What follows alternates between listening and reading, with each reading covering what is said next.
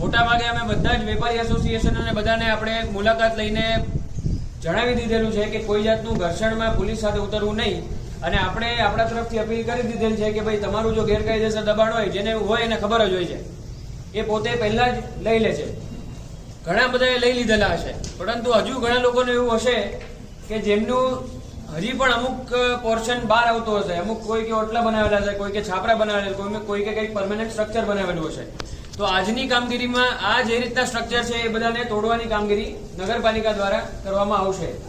આપણો રોલ એ રહેશે કે જ્યારે નગરપાલિકાના કર્મચારી અધિકારી એ કામ કરતા હોય ત્યારે જે ગેરકાયદેસર દબાણ કરેલ છે એ બધા વ્યક્તિઓ નગરપાલિકાના કર્મચારીઓ પર અસોલ્ટ ન કરે, કોઈ જાતનું રેઝિસ્ટન્સ ના આપે અને કોઈ જાતનું કાયદો વ્યવસ્થા ખોરવાય એવી રીતની કોઈ એક્ટિવિટી ન કરે. એને માટે આજે આપણે સહકારી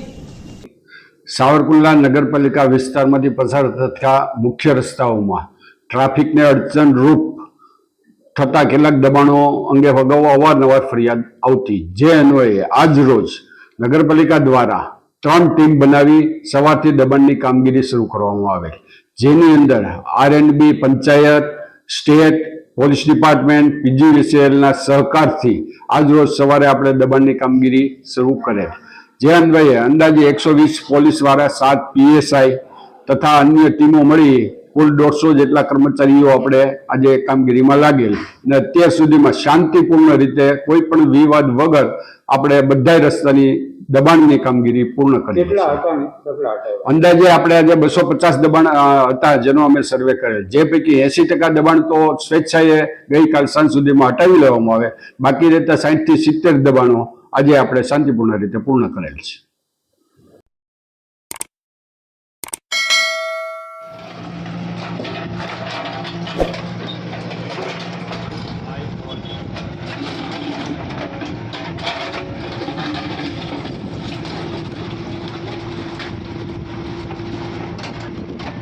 અમારી તમામ માહિતીથી અપડેટ રહેવા માટે જોડાયેલા રહો કેડી ન્યૂઝ સાથે.